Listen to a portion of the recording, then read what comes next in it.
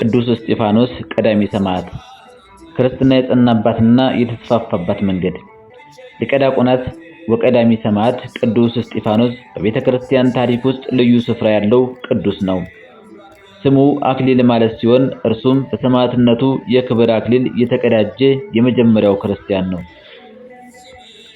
የእርሱ ሕይወት ክርስትና እንዴት በሰማዕትነትና በወንጌል ስብከት እንደጸናና እንደተስፋፋ የሚያሳይ ታላቅ ምስክርነት ነው። ሰማዕትነት በብሉይ ኪዳንና በሐዲስ ኪዳን ሰማዕትነት ማለት ለእምነት እውነት እስከ ሞት ድረስ መመስከር በሐዲስ ኪዳን በቅዱስ እስጢፋኖስ ሙሉ ምሳሌነት የተጀመረ ቢመስልም መሰረቱ ግን ከጥንት ጀምሮ ነበር። በብሉይ ኪዳን ሰማዕትነት የጽድቅ ሕይወትን በመኖርና የነቢያትን ቃል በመጠበቅ ይታይ ነበር። የብሉይ ኪዳን ቅዱሳንና ነቢያት ስለ እግዚአብሔር እውነት በመናገራቸው ብዙ መከራ ተቀብለዋል። አንዳንዶቹም ሕይወታቸውን ሰጥተዋል። ጌታችን ኢየሱስ ክርስቶስንም ለአይሁድ እናንተ የአባቶቻችሁን መጠን ሙሏቸው፣ እናንተም ደግሞ እንደ አባቶቻችሁ ነቢያት የምትገደሉ ናችሁ በማለት የነቢያትን ስደትና መገደል መስዋዕትነትን ጠቅሷል። ለምሳሌ ነብዩ ኢሳይያስ በመጋዝ እንደተሰነጠቀና ሌሎችም ብዙዎች በመከራ እንዳለፉ የአዲስ ኪዳን መጽሐፍ ይመሰክራል። ለምሳሌ ነብዩ ኢሳይያስ በመጋዝ እንደተሰነጠቀና ሌሎችም ብዙዎች በመከራ እንዳለፉ የአዲስ ኪዳን መጽሐፍ ይመሰክራል። በሐዲስ ኪዳን ሰማዕትነትን ስለ ክርስቶስ የአምላክነትና የድህነት ሥራ በመስከር ነው። ሰማዕቱ ደሙን በማፍሰስ ስለ የክርስቶስ ትንሣኤና ስለ ወንጌል እውነት መሞትን ይቀበላል። ቅዱስ እስጢፋኖስ ቀዳሚ ሰማዕት በመሆን የብሉይ ኪዳን መስዋዕትነትን ፍጻሜ የሆነ የክርስቶስ ደም ተከትሎ የክርስትናን መመስከሪያ መንገድ ሆኗል። ሰማዕታት የሰይጣንን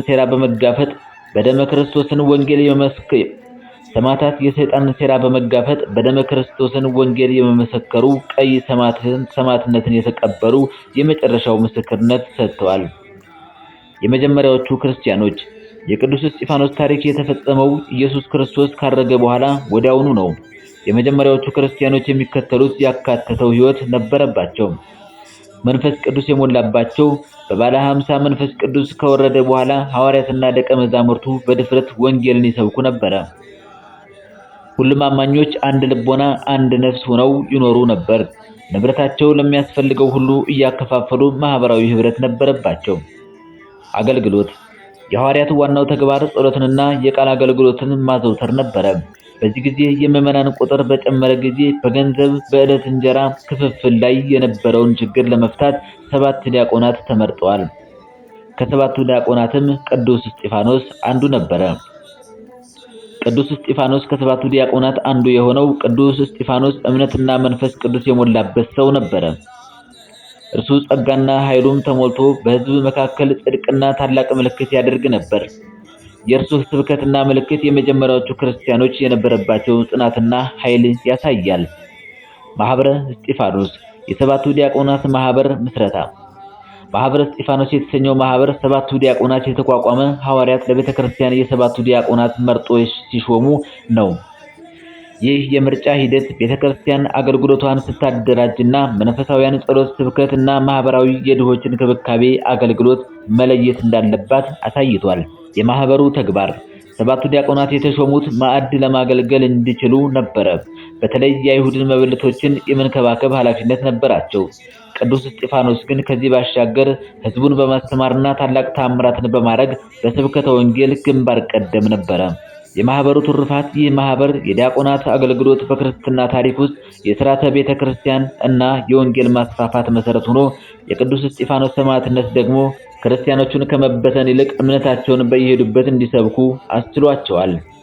ክርስትና የጸናበትና የተስፋፋበት ሁለቱ መንገድ ክርስትና ዓለምን የተቆጣጠረው በሰይፍ ሳይሆን በሁለቱ መንገዶች ቅዱስ እስጢፋኖስ የሁለቱም መንገድ ቁልፍ ምሳሌ ነበር። የሰማዕታት ደም የክርስትና ዘር ነው የሚል ታዋቂ አባባል አለ። የቅዱስ እስጢፋኖስ ሰማዕትነት ክርስቲያኖች መከራና ሞትን ሳይፈሩ ስለ እምነታቸው እንዲጸኑ አበረታቷል። እስጢፋኖስ ሲወገር ወደ ሰማይ ትኩር ብሎ የመንፈስ ቅዱስንም ኃይል ተመልክቶ የእግዚአብሔር ክብር ኢየሱስንም በእግዚአብሔር ቀኝ ቆሞ አየ። ይህ የሰማይ ምስክርነት የሌላቸው ክርስቲያኖች ትልቅ ጽናትን ሰጥቷቸዋል። እውነትን በመመስከር የሞት ሰው ክርስቶስ ጋር በክብር እንደሚኖር አስመስክሯል። በእርሱ ሰማዕትነት ምክንያት በኢየሩሳሌም ታላቅ ስደት ተነሳ። ይህ ስደትም ክርስቲያኖች ተበታትነው ወንጌልን በየሄዱበት እንዲሰብኩ አድርጓቸዋል። በዚህም ቤተክርስቲያን ተስፋፋች። የቅዱስ እስጢፋኖስ ዋናው መንገድ ወንጌልን በድፍረት መናገር ነው። እሱ ጥበብንና መንፈስን ለተሞላበት ንግግር አይሁድ ሊቋቋሙት አልቻሉም ነበር። ቅዱስ እስጢፋኖስ ከመገደሉ በፊት የብሉይ ኪዳን ታሪክ ከአብርሃም እስከ ሙሴ ድረስ በመጥቀስ አይሁድ በየዘመኑ ነቢያትን ሲያሳድዱና ሲገድሉ እንደኖሩ አሁንም የነቢያትን መምጣት ፍጻሜ የሆነውን ክርስቶስን እንደገደሉት አስረድቷል። እናንተ አንገተ ደንዳኖች፣ ልባችሁና ጆሮአችሁ ያልተገረዘ ሁልጊዜ መንፈስ ቅዱስን ትቃወማላችሁ ብሎ በድፍረት መስክሯል። ይህ ግልጽና በቅዱሳት መጻሕፍት ላይ የተመሰረተ ስብከት የሐዋርያዊ ዘመን ክርስትና የመስፋፋት መሳሪያ ነበረ። የመጀመሪያዎቹ ክርስቲያኖች በተአምራትና በኃይል ብቻ ሳይሆን በጠንካራ ትምህርት መሰረት ክርስትናን አጽንተዋል። ቅዱስ እስጢፋኖስ ከዲያቆናቱ ባሻገር በሕይወቱ ስብከትና በሰማዕትነት ክርስትናን እውነት እንደሆነች ምስክርነት አሳይቷል። እርሱ በመንፈስ ቅዱስ ተሞልቶ በመናገር ወንጌልን ካስፋፉት አንዱ ሲሆን በደሙ ደግሞ ክርስቶስን ወንጌልን መስክሯል። በዚህ ምስክርነትና ጽናት ለዓለም አሳልፎ ሰጥቷል። 5 መሰረታዊ የሕይወት ትምህርቶች ከቅዱስ እስጢፋኖስ ጸጋን ኃይልን የተሞላ አገልግሎት። ቅዱስ እስጢፋኖስ የተመረጠው ለገንዘብ ክፍፍል አገልግሎት ቢሆንም የእግዚአብሔር ጸጋና ኃይል በእርሱ ዘንድ በመብዛት ታላቅ ተአምራትንና ስብከትን ማድረጉን ቀጥሏል። እስጢፋኖስም ጸጋንና ኃይልን ተሞልቶ በሕዝብ መካከል ጽድቅና ታላቅ ምልክት ያደርግ ነበር። ወደ ሕይወታችን አገልግሎት በቤተ ክርስቲያን ውስጥ ባለ ማዕረግ ወይም ሥራ ብቻ አይወሰንም። የትኛውም የሕይወታችን መስክ ብንሆን በሥራ፣ በትምህርት፣ በቤተሰብ ሁለቱንም መንፈሳዊ በጸሎትና በምስክርነት በማህበራዊያን በእርዳታና በትጋት በመስራት የተሟላ አገልግሎት መስጠት አለብን። እግዚአብሔርን በልባችን እውነትና በሥራችን ኃይል ልናገለግል ይገባል። በእምነትና በመንፈስ ቅዱስ መሞላት ቅዱስ እስጢፋኖስ የተመረጠው በእምነትና በመንፈስ ቅዱስ የተሞሉ ሰዎችን የመምረጥ መስፈርት በማድረግ ነው። ይህ በመንፈስ መሞላት ለሥራው ስኬት ዋናው ምስጢር ነበረ።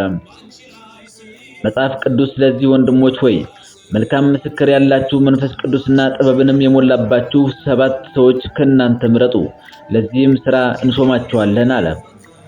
የክርስትና ሕይወት መሰረት የመንፈስ ቅዱስ መሪነትና እምነት ነው። በየዕለቱ ተግባራት ጥበባችንንና ችሎታችንን ብቻ ሳይሆን መንፈስ ቅዱስ ልንለምንና እርሱም እንዲመራን ልንፈቅድለት ይገባል። በውሳኔዎቻችንና በቃላችን ሁሉ የመንፈስ ቅዱስ ፍሬ ፍቅር፣ ደስታ፣ ሰላም መታየት አለበት። ለቃለ እግዚአብሔር መመላለስ ቅዱስ እስጢፋኖስ ሲከራከርና ሲመሰክር በብሉይ ኪዳን ታሪክ ላይ የተመሰረተ ጠንካራ ማብራሪያ ሰጥቷል። ይህ የሚያሳየው የቃል ዕውቀት ጥልቅ እንደነበር ነው። ቅዱስ እስጢፋኖስ የአይሁድ ታሪክ ከመጀመሪያው ጀምሮ በትክክል በማቅረብ ስለ ክርስቶስ መስክሯል።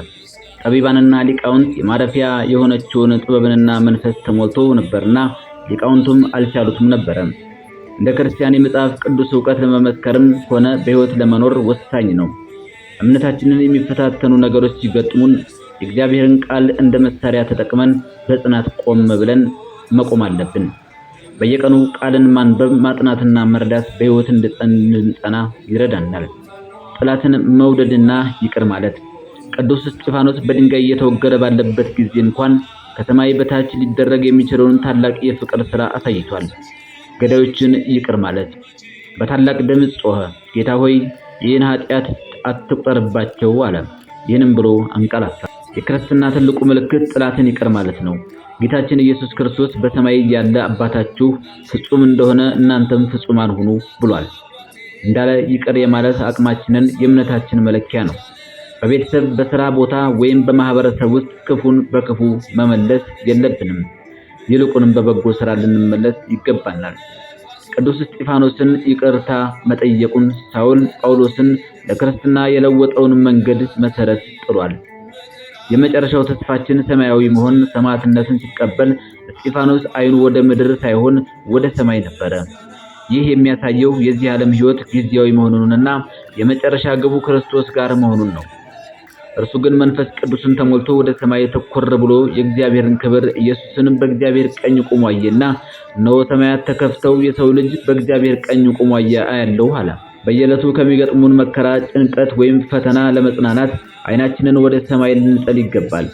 የምናገኘው ሽልማት የክብር አክሊል እንደሆነ በማመን የዚህ ዓለም ነገሮች ጊዜያዊ እንደሆኑ ማስታወስ አለብን። ይህ የአስተሳሰብ ፈተናዎችና በመከራዎች ጊዜ የመጨረሻውን ተስፋ በመጥቀስ እንድንጽናና ይረዳናል። የቅዱስ እስጢፋኖስ በረከቱ አይለየን። ለግሪክ ሰዎችና ላልተማሩም ለጥበበኞችና ለማያስተውሉም ዕዳ አለብኝ።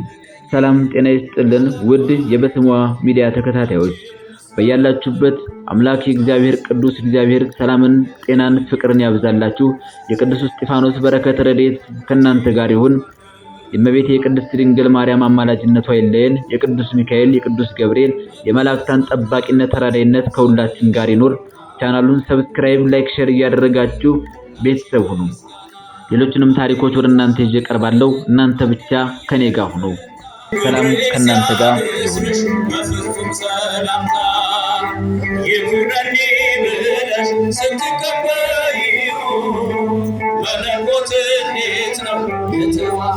ይሁን።